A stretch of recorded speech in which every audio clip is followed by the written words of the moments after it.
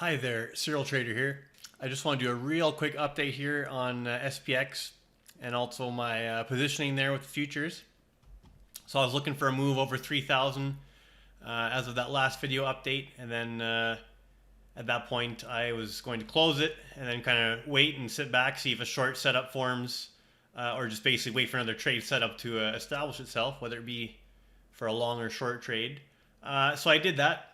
So this morning on that nice gap up, I believe I closed my ES futures position around 3009, I think is what I got filled at. And that was from the entry of, I think around 2920. So around 90 points, thereabouts. So I'm pretty happy with that. Nice little trade. I'm not going to push my luck here. So since we've met the minimum requirements, after we did this little ABC correction, we broke out. Got this 1.382 reverse fib of this ABC correction, so that was kind of my target there. Of course, it can go higher, but I don't want to push my luck there. Things do seem extended, and another gap up here in an already extended market. So I wasn't going to push my luck. Close the futures. Now I'm just sitting back, potentially waiting for a nice little down move. Take out some previous support levels, get a nice corrective looking bounce up, and then perhaps enter a short position. But as of right now, no position on the futures.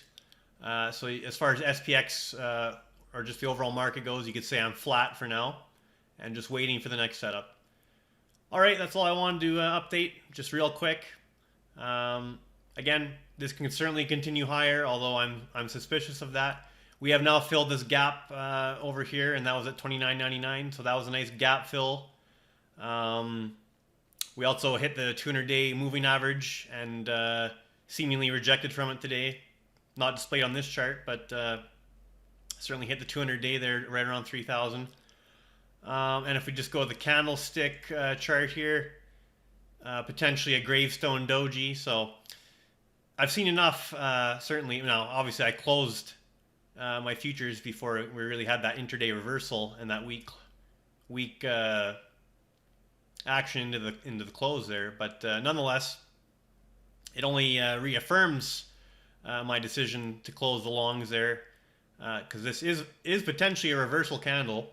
And now that we've run into some technical targets like the gap fill on the 200-day, and of course this fib target from our reverse fib projection, like I said, I've seen enough.